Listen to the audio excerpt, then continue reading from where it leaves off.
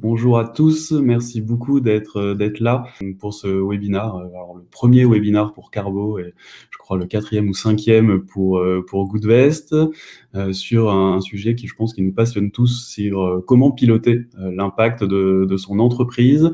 Donc moi, Simon Letourneau, je suis un des 3 cofondateurs de Carbo. Et chez Carbo, on permet à la fois aux individus et aux entreprises de prendre conscience de leur empreinte carbone pour derrière passer à l'action. Et je passe la parole à Joseph. Donc pour vous expliquer ce que fait Goodvest, on a une fintech qui est aussi une entreprise à mission.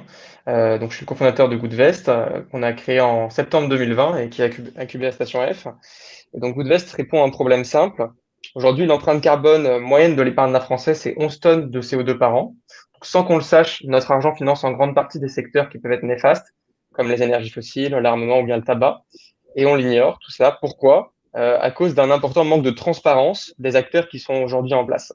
Mais c'est pas le sujet du jour, ça. Donc, chez Goodvest, on souhaite redonner aux épargnants le pouvoir de ce que finance leur épargne, on le fait en toute transparence, donc avec des fonds qui sont labellisés.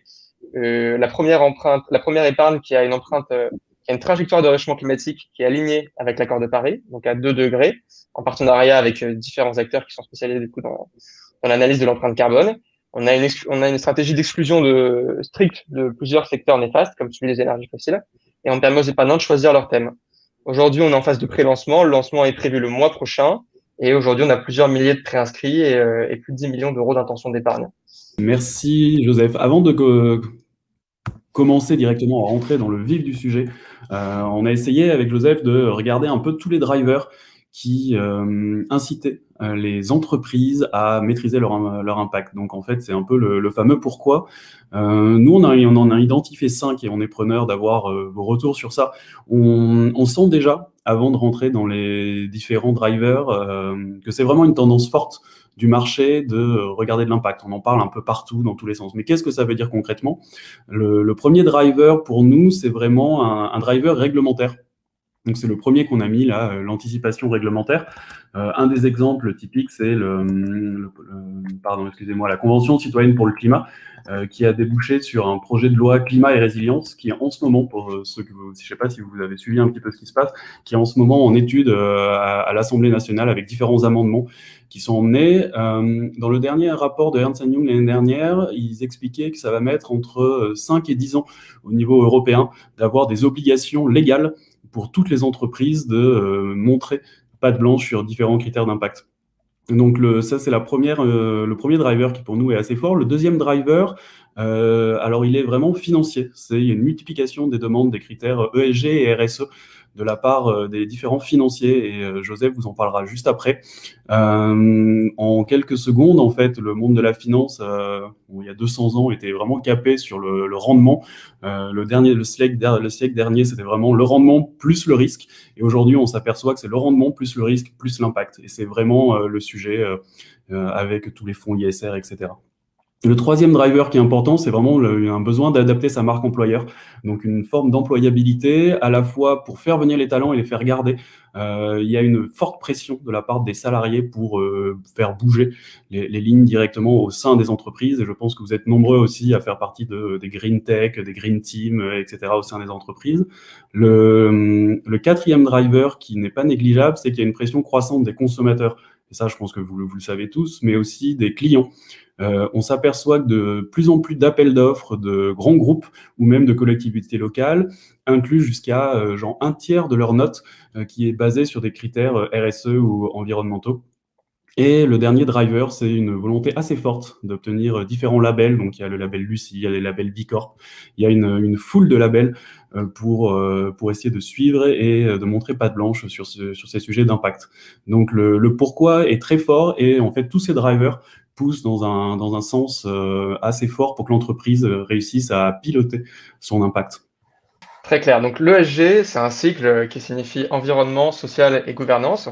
Donc ce sont des critères d'investissement extra-financier, donc justement, qui ne prennent pas uniquement en compte des critères de rendement. Donc le premier, donc critères environnementaux, ça mesure l'impact de l'activité d'une entreprise sur l'environnement. Donc on prend en compte les émissions de gaz à effet de serre, la gestion des déchets, la consommation électrique, Les critères sociaux ensuite, qui mesurent l'impact de l'entreprise sur tout un tas de parties prenantes, qui sont les employés, les clients, les fournisseurs, sur des sujets qui sont aussi bien les droits de l'homme que la diversité. Et enfin, on a les critères de gouvernance qui vont être plutôt dans la gestion de l'entreprise, comme par exemple la lutte contre la corruption ou contre le blanchiment d'argent. Et aujourd'hui, il existe 4 stratégies d'investissement responsable ou stratégies d'investissement extra-financières qui peuvent être cumulables. Donc, on a en premier la sélection positive. On va sélectionner les meilleures entreprises sur un ou sur plusieurs critères ESG. Donc, par exemple, on a des fonds qui sont best in class.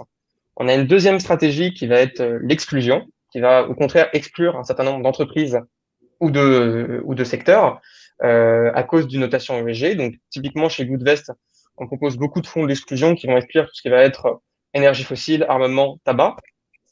Le troisième point, c'est l'activisme. En fait, il faut savoir qu'en tant qu'actionnaire, on détient un droit de vote pour les assemblées générales des différentes sociétés. Et donc, nous, chez Goodvest, par exemple, on a sélectionné des sociétés de gestion pour lesquelles on propose différents fonds qui ont une stratégie de vote active aux différentes assemblées générales. Donc, je vais prendre un exemple aussi de l'impact que ça peut avoir. L'année dernière, lors de l'Assemblée générale de Total, il y a un certain nombre d'actionnaires qui se sont réunis pour demander un changement de direction important sur la question environnementale. Et ça a eu un impact non négligeable sur Total. Malheureusement, c'était pas la majorité des actionnaires, donc ça n'a pas pu avoir un impact aussi important qu'ils espéraient. Mais il y a eu un changement de direction. Total est en train de changer de nom. Bon, c'est pas grand-chose changer de nom, mais ça montre qu'il y a quand même une puissance en tant qu'actionnaire. Et le quatrième point, c'est le dialogue. Le dialogue qu'on peut avoir, les sociétés de gestion, avec les différentes entreprises dans lesquelles elles vont investir. Après, un peu le pourquoi et le cadrer, on a voulu prendre l'exemple de quelque chose qui, en tout cas chez Carbo, nous anime au quotidien, qui est l'exemple du bilan carbone. Avant de rentrer dans le côté du bilan carbone, effectivement, Joseph parlait des critères ESG sur l'investissement. Il y a aussi des critères ESG donc sur l'entreprise elle-même. Et donc d'ailleurs, ESG, RSE, etc., ça prend en compte différents sujets. Ça prend en compte les sujets sociaux et les sujets environnementaux.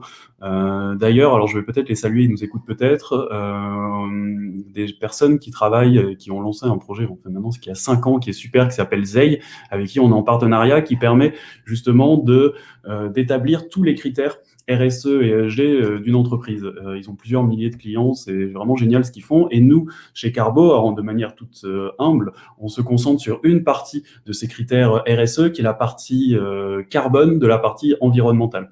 Il y a une chance sur cette partie carbone, c'est qu'il y a une méthodologie, et on est capable d'avoir un chiffre qu'on peut suivre, piloter, et on peut prendre des objectifs de réduction sur cette empreinte carbone. Et en tout cas, nous, c'est ce qu'on fait chez Carbo. Il y a une difficulté, mais pour l'ensemble des critères RSE, et en particulier aussi le bilan carbone, c'est que la plupart des petites moyennes entreprises de taille intermédiaire, ont un manque de temps pour s'occuper de ces sujets-là. Donc, il y a plusieurs plateformes qui se développent en ce moment pour essayer de faciliter le calcul de l'empreinte carbone. Il y a vraiment un sujet aussi sur la précision.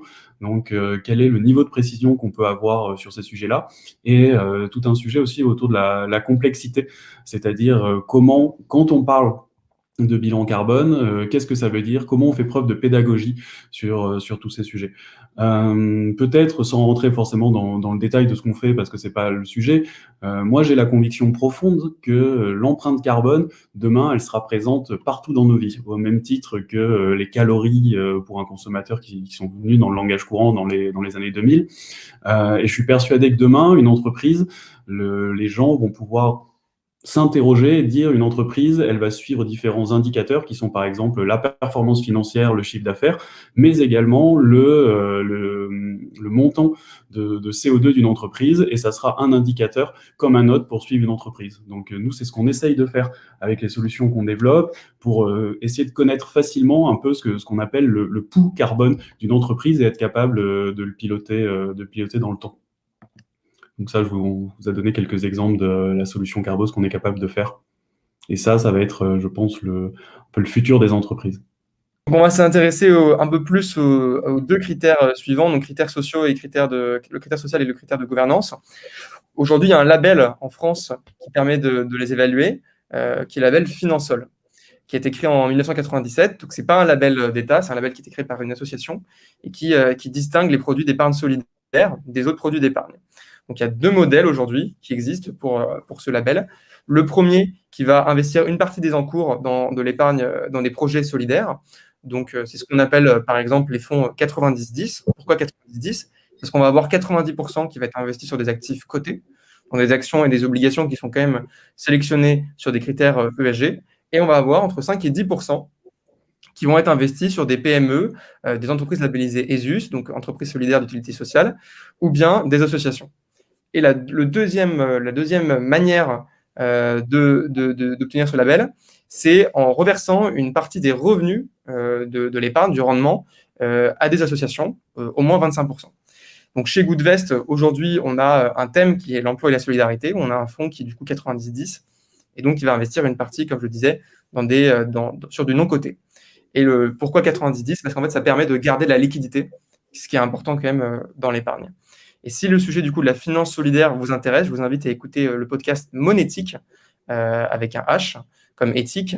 L'épisode 5, on a fait un épisode avec Patrick Sapie, qui est le directeur général de Finansol. On mettra le lien vers le podcast, effectivement, dans la description sur YouTube. Le troisième temps là, sur lequel moi j'ai voulu échanger avec vous de manière un peu très large sur ça, c'est quelque chose qui nous anime le plus chez Carbo, c'est un peu le pourquoi faire l'impact. On a compris le comment avec les outils, on a un peu compris également. Et le troisième sujet, c'est comment faire pour réduire. C'est un des sujets qui nous intéresse le plus, à la fois pour les individus et pour les entreprises. Il y a quelque chose qui nous a toujours un peu choqué chez Carbo, c'est de se dire que depuis le rapport du Club de Rome en 1972, on a identifié les sujets de réchauffement climatique. On sait globalement depuis 50 ans que c'est le bordel et que les émissions continuent d'augmenter. En revanche, on a pris très peu d'actions pour essayer de le réduire. Donc en fait, dans cette slide, ce que nous, on essaye de faire, et ce qu'on essaye de faire au sein de nos solutions, c'est d'apporter des pistes, en tout cas, de solutions pour essayer de réduire son empreinte environnementale. Et on appelle ça, nous, ce qu'on appelle c'est des différents biais cognitifs. Il y a plus de 120 biais cognitifs qui sont répertoriés. Donc chez Carbo, nous, on essaye d'en utiliser 3 qui permettent aux gens de passer à l'action. On appelle ça des biais cognitifs, des nudges environnementaux, etc. Le premier, ce qu'on fait très régulièrement, je ne sais pas si vous le voyez sur ma présentation, c'est un ton optimiste et fun, réaliste sur l'urgence, sans être moralisateur. Pour nous, ça, c'est quelque chose d'excessivement important. Si aujourd'hui, vous ouvrez n'importe quel média, vous allez vous apercevoir qu'il y a une éco-anxiété qui est très forte sur tous ces sujets environnementaux. Et en fait, alors c'est quelque chose psychologique, en fait. Le fait de jouer sur la peur des gens n'incite pas les personnes à passer à l'action. L'exemple le plus marquant, c'est quand vous voyez marqué sur un paquet de cigarettes « Fumez-tu », ça n'a jamais diminué le nombre de fumeurs dans une situation. Et donc c'est pareil pour le climat. Si on dit dans 30 ans, en gros, on va tous mourir, ça n'incite pas les gens à passer à l'action de manière court terme. Donc déjà, un premier point, c'est jouer sur toujours être sur quelque chose d'optimiste, alors fun et ludique, il ne faut pas non plus que ce soit trop enfantin, et valoriser toutes les petites actions qui sont prises en compte parce qu'elles ont, même si elles n'ont pas forcément une vertu globale très forte, elles ont une vertu pédagogique ultra importante. Et nous, les 3 biais cognitifs sur lesquels on joue chez Carbo, qui sont à la fois dans ce qu'on propose pour les individus et à la fois ce qu'on propose pour les entreprises. Le premier biais cognitif qu'on fait, c'est, alors je vais commencer par la droite, c'est les récompenses de manière court terme. Alors on est très animal sur ces sujets. On a besoin d'avoir un petit cookie une fois qu'on fait une action positive. Donc on fait ça sous forme de gamification et de nudge au sein de nos produits qui permet d'avoir des petits badges, etc. Le deuxième biais cognitif qui est très fort, sur lequel on joue, c'est la comparaison. On s'appuie sur une étude qui a été menée aux États-Unis pour un fournisseur d'accès à l'énergie qui s'appelle Opower. Je vous enverrai aussi un TED Talk qui est pas mal sur ces sujets, qui explique qu'ils ont voulu faire baisser la consommation électrique des ménages américains. Et en fait, ils se sont aperçus que s'ils disaient aux gens « c'est moins cher, c'est bon pour l'environnement », où il y avait des incitations financières, ça ne fonctionnait pas. En revanche, ils expliquaient votre voisin qui a la même maison que vous consomme moins d'énergie, les gens passaient à l'action. Donc la comparaison, c'est quelque chose, quand c'est fait de manière positive et ludique, c'est quelque chose qui est très forte pour faire passer les gens à l'action. Nous, sur notre partie particulière, on peut se comparer à Donald Trump, vous pouvez vous comparer à moi, vous pouvez vous comparer à Greta. Et sur la partie entreprise, on a plus d'une centaine d'entreprises là, qui sont clientes de Carbo. La plupart des questions, une fois que les gens ont réalisé leur bilan carbone, c'est est-ce que je suis bon élève ou mauvais élève? C'est un des biais assez fort pour passer à l'action. Et le dernier biais cognitif pour passer à l'action, c'est le suivi dans le temps. C'est-à-dire qu'on arrive à voir l'évaluation de ses efforts, à la fois à un niveau individuel et à un niveau entreprise. Je pense qu'il n'y a rien de plus frustrant de dire on a mis en place des actions, par exemple, au sein d'une entreprise pour réduire son impact et de ne pas voir la diminution qu'on peut avoir. Donc, il y a un suivi dans le temps qui est très important et qui, à un niveau individuel comme au niveau de l'entreprise, est très fort pour voir le résultat de ses actions. Joseph, je te laisse la main sur l'ISR. Très bien.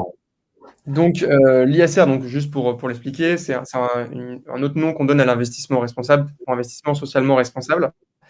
Donc, où est-ce qu'on en est aujourd'hui dans l'ISR en France? Donc, fin 2019, l'ISR, ça représente 1800 milliards d'euros sous gestion. C'est un chiffre qui paraît énorme, mais il faut prendre du recul sur ce chiffre pour 3 raisons. Premièrement, il va inclure l'encours qui est géré par des sociétés de gestion françaises, mais pas forcément pour le compte de Français. Ça peut être une société de gestion française qui gère de l'argent pour des Allemands, par exemple. Le deuxième point, c'est que la gestion ESG, l'ISR, n'a pas du tout le même niveau de profondeur. On peut très bien appeler un fonds ESG parce qu'il y a une petite stratégie d'investissement ESG dans le fonds. Donc, en fait, il y a beaucoup de fonds qui revendiquent une gestion ESG sans aller très loin nécessairement. Et le troisième point, c'est que la majorité de cet encours, qui est assez important, qui peut paraître énorme, est en fait géré pour des institutionnels, pour une clientèle institutionnelle, et donc pas pour les particuliers. Et pour les particuliers, il est particulièrement faible. On estime aujourd'hui qu'il y a moins de 1% de l'épargne des Français qui investit dans de la finance solidaire. Donc, ce qui est vraiment extrêmement faible. Et donc, pour répondre à ce problème, il y a des labels qui ont été créés. Donc, en France, on a 2 labels qui sont reconnus par l'État. Premièrement, le label ISR, qui a été créé en 2016 et qui est soutenu par le ministère des Finances, qui va sélectionner des placements responsables et durables. En fait, un des principaux critères, c'est que la société de gestion ait mis en place une stratégie stricte de prise en compte des critères ESG, qui ne va pas forcément très, très loin. Et il y a un deuxième label, justement, qui a été créé pour aller plus loin, qui a été créé par le ministère de la Transition écologique et solidaire en 2019, qui garantit la transparence et la durabilité des sociétés dans lesquelles ils sont investis et qui va exclure, pour le coup, de plusieurs secteurs comme les énergies fossiles, mais également l'énergie, le secteur nucléaire. Et donc là, pour le coup, ça dépend des points de vue, mais il y a peut-être trop loin. Donc c'est pour ça que je dis que les labels ne suffisent pas aussi. Et donc c'est pour ça aussi qu'on a créé Goodvest. Et voilà, donc je vois juste qu'il y a une question qui s'est posée, c'est comment on fait pour se préinscrire sur Goodvest. C'est simple, vous allez sur notre site internet, goodvest.fr, et il y a plusieurs boutons se préinscrire. Merci Joseph. Moi, je peux peut-être commencer par une question, Joseph, par rapport à ce que tu disais. C'est un peu lancer ça. J'avais 2 questions. La première, c'est on entend régulièrement, c'est un peu j'allais dire une marotte, que quand on investit dans du socialement responsable, le rendement est moins élevé. C'est souvent quelque chose qu'on entend, hein, même si je pense que ça va peut-être situation à changer. Et alors, pour compléter ma question, c'est est-ce que philosophiquement, il ne faut pas aussi s'attendre à avoir un rendement moins élevé, quoi qu'il arrive? Alors, donc, le fait d'investir de manière responsable, ça rapporte un rendement moins élevé, c'est totalement faux. Et ça a été prouvé, et c'est le cas depuis plusieurs années. Donc, voilà, il y a une idée reçue comme quoi, si on fait le bien, ça va rapporter moins. Ce qui est totalement faux. Donc voilà. Pourquoi ça ne rapporte pas moins? Il y a plusieurs raisons qui vont expliquer la surperformance de l'investissement responsable. La première chose, c'est que ce sont des secteurs qui sont orientés vers l'avenir. Je prends l'exemple des énergies vertes. Quand on voit qu'il y a Joe Biden qui arrive au pouvoir, quand on voit les plans de relance qui sont annoncés par les différents gouvernements, forcément, ça a tendance à surperformer. Le deuxième point, c'est qu'une entreprise, pour pouvoir investir sur l'environnement, sur les questions environnementales et les questions sociales, il faut qu'elle ait les moyens de le faire. Ça suppose d'avoir quand même une bonne santé et une bonne solidité financière. Et puis enfin, il y a un autre facteur, c'est que ces entreprises vont plus attirer les talents et les consommateurs. On le voit aujourd'hui, Total a plus de mal à recruter qu'une entreprise qui a un impact environnemental bien plus positif.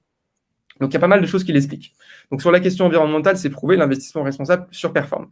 Sur la question sociale et solidaire, ce n'est pas forcément le cas. Ça dépend des années, ça dépend de quel type de fonds.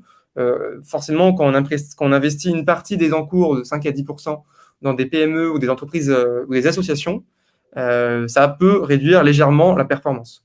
Mais dans l'ensemble, sur la question de l'investissement responsable, c'est un facteur de surperformance. Ok. Et tu penses que je complète ma question, mais tu penses que c'est quelque chose qui va avoir vocation à durer, ce côté surperformance de la partie environnementale, ou est-ce qu'il n'y a pas un dogme à un moment d'accepter moins de rendement pour compenser les externalités négatives? Là, aujourd'hui, la surperformance, elle s'explique beaucoup par les secteurs. Ok. Donc, c'est des secteurs qui vont continuer à prendre de plus en plus de place. Les énergies renouvelables, le recyclage, etc. Et qui vont considérablement se développer. Donc, à court et à moyen terme, non, je ne pense pas. Je pense au contraire que les secteurs typiquement énergie fossile, l'industrie du transport vont continuer à avoir des performances moins bonnes. On l'a vu en 2020, l'écart a tendance plus à se creuser qu'autre chose. Et je pense que ça va se renforcer en fait. Parce qu'on va faire de moins en moins appel à des sociétés qui ont un impact négatif. Les consommateurs et les talents et même les gouvernements font de plus en plus attention à ces questions. Je prends un autre exemple plutôt sur la question gouvernementale. Une entreprise qui est impliquée dans des histoires de blanchiment d'argent, comme ça arrive à certaines banques, ça entraîne des sanctions qui sont considérables et forcément, ça a un impact sur les finances de l'entreprise. Je peux prendre une question reçue par email. Pilotage d'impact, comment faire quand tu as une toute petite entreprise? Pour les toutes petites entreprises, il y a des solutions, en tout cas gratuites, qui existent. J'ai cité tout à l'heure Zeil, qui est top pour faire un panorama de son niveau d'impact. Il y a aussi, alors vous connaissez certainement le label B Corp, où vous pouvez commencer à répondre à certaines questions. Alors c'est gratuit pour se lancer dans la démarche. Après, pour être certifié, on peut payer. Et après, il y a aussi des outils comme Carbo qui ont potentiellement un pricing qui est adapté pour les toutes petites entreprises. Mais c'est un vrai sujet pour petites et moyennes entreprises en fait de se lancer dans cette démarche, parce que la plupart du temps, ces entreprises-là n'ont pas une entité RSE dédiée et c'est d'autant plus vertueux pour elles de se lancer dès le début. Donc, deux questions suivantes. La question suivante qui était posée par AT. Est-ce que des livrets de type livret de développement durable et solidaire de la Société Générale sont considérés dans les 1% d'épargne responsable? Non, parce que sinon ce serait plus que 1%, parce qu'on a quand même des encours importants sur les LDDS. Pourquoi ils ne le sont pas? C'est parce que le problème qu'on a aujourd'hui, c'est qu'il y a une très forte opacité, y compris sur les livrets.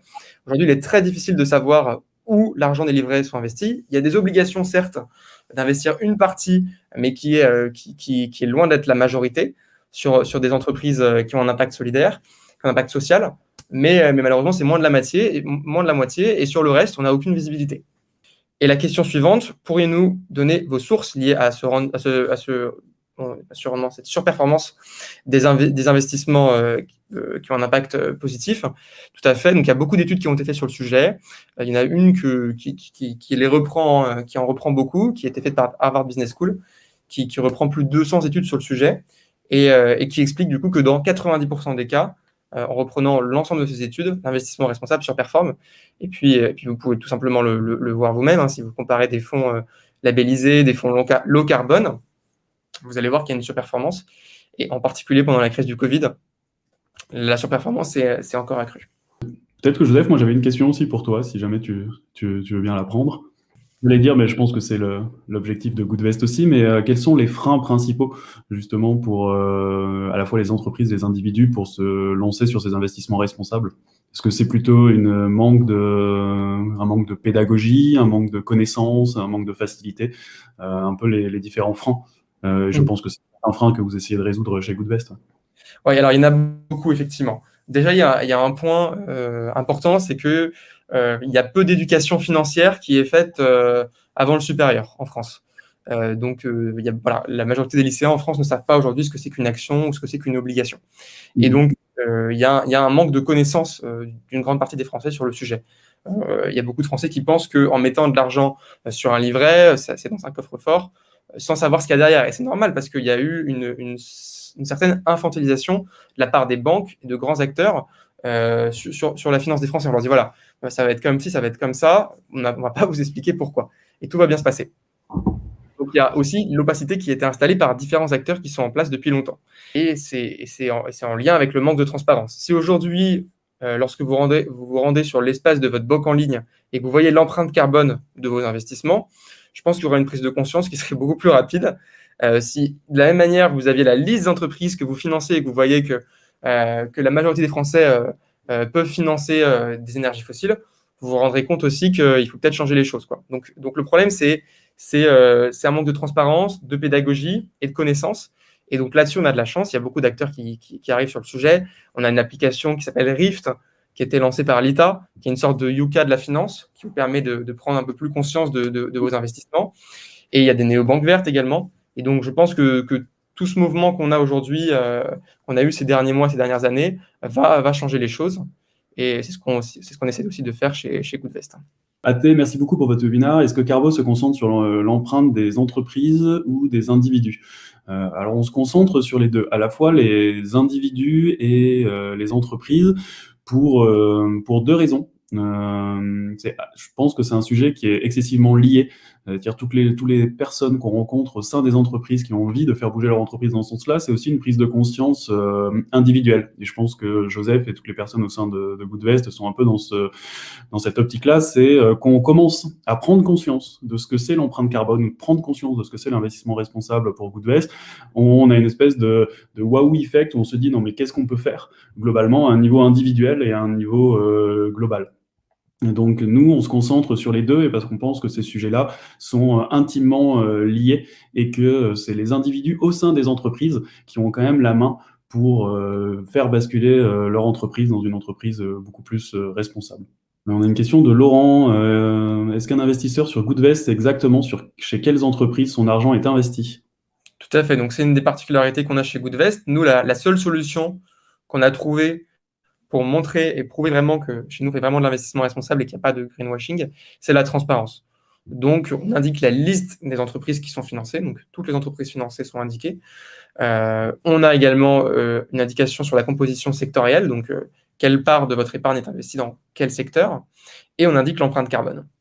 Et je vais compléter ce que tu disais, Joseph, avant que j'aimais bien là, sur ta réponse à ta question d'avant. C'est un des axes très forts chez Carbo, c'est de parler de tous ces sujets-là avec énormément de pédagogie. C'est vraiment le mot, en tout cas, qu'on utilise parce qu'on pense que c'est grâce à la pédagogie qui peut être enseignée, tu le disais assez bien, Joseph, tout à l'heure, dès l'école, en fait. On ne sait pas ce que c'est des produits financiers, on ne sait pas ce que c'est l'empreinte carbone, on le découvre un peu sur le tard et un peu forcé parfois par certains acteurs.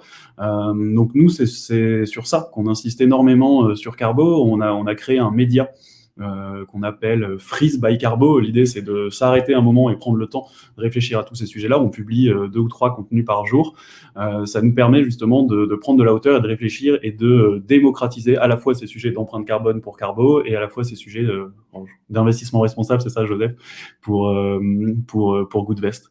Il y a une question, l'équipe de Macron semble utiliser beaucoup de nudges pour lutter contre le Covid. Ça ne semble pas trop marcher. Les nudges marchent-ils vraiment pour rendre les gens plus responsables?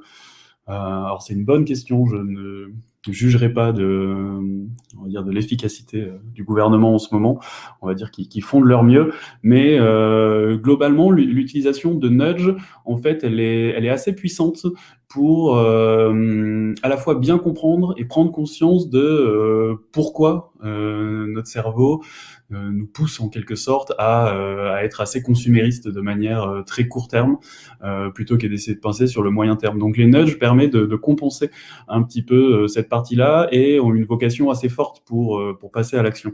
Il y a plein de nudges environnementaux qui sont assez performants. Je ne sais pas si vous avez déjà vu, mais prenez chacun votre consommation d'électricité. Vous verrez si vous avez un petit smiley, un petit pouce vers le bas ou vers le haut, qui vous incitera justement à modifier vos comportements. Mais nous, on est persuadés en tout cas que c'est grâce à certains nudges qu'on va être capable de passer à l'action. Est-ce que, Joseph, tu avais des points à ajouter? Si le sujet vous intéresse du coup de l'investissement responsable, il y a deux choses que vous pouvez faire. Donc on a, comme je le disais tout à l'heure, on va mettre le lien dans la description, on a un podcast qui s'appelle Monétique. Vous pouvez écouter sur Spotify, sur Apple Music, et puis visiter notre site web goodvest.fr pour vous préinscrire si du coup l'épargne responsable vous intéresse. Oui, de la même manière, donc pour Carbo, avec plaisir, vous pouvez prendre contact avec nous directement sur notre site, à la fois si vous êtes un individu ou une entreprise. Et peut-être un mot de la fin pour conclure. Je pense qu'on est tous à un niveau individuel ou à un niveau collectif un peu responsable de tout ce qui se passe. Et donc je pense que cette prise de conscience, si elle n'est pas culpabilisante, elle permet à chacun de se lancer dans cette démarche d'investissement responsable, d'empreinte carbone. Et c'est comme ça qu'on va réussir à tous ensemble à passer à l'action et à aller de l'avant. Donc merci à tous pour votre écoute et au plaisir d'échanger prochainement. Merci, au revoir. Au revoir, bonne journée, bon après-midi.